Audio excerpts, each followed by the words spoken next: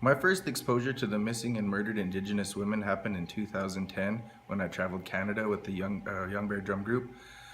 When I would go to the different gas stations with my friends traveling from powwow to powwow, we would see these big billboards at least 10 feet by 10 feet full of missing and murdered Indigenous women posters.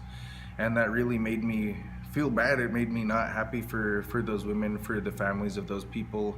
And it really upset me to know that this is still happening today and that it's happening more frequently.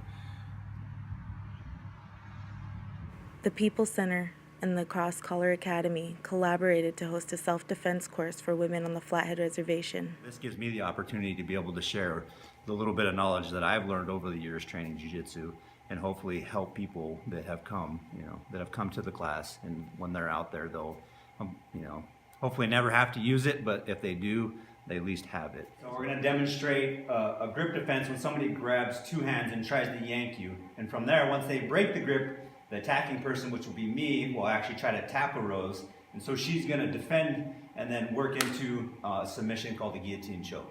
Okay? So we're just hanging out, right? I come up, I grab her, try to pull forward, she faces out, real important. From there she breaks the grip, and now from here I'm going to try to drive forward. She slows me down like this, I keep driving, and then she lets me come through so she can attack the choke here like this, and then she locks her hands up and goes in tight, goes and right into the choke. Being that we come from the People Center, we think that it's important that we perpetuate our history, and part of our history is that our women were some of the hardest workers in our camp. They were the backbone of our families. They took care of the children, they took care of our lodges, they packed up our lodges, things like that. A lot of the hard work that was done by the women, and because of that, we thought that it would be a good idea that we use our history and our culture to empower our young women and our women in general through those same kind of techniques. We want them to know that they come from strong people, that they come from warrior women, that if people come here to try to take our people, our women, our children, our daughters, our mothers, sisters, that they're going to have a fight on their hands. We want to empower our women to where people know that the Salish and Kootenai and Pend Oreille women are nothing to mess with. So for me, as a young Native woman, self-defense and Brazilian Jiu-Jitsu is really important, especially because with all of the incidents that are happening, it could easily be me, it could easily be my best friend, it could be my nieces or nephews. So something to keep in mind for me is always to be ready, to be constantly vigilant.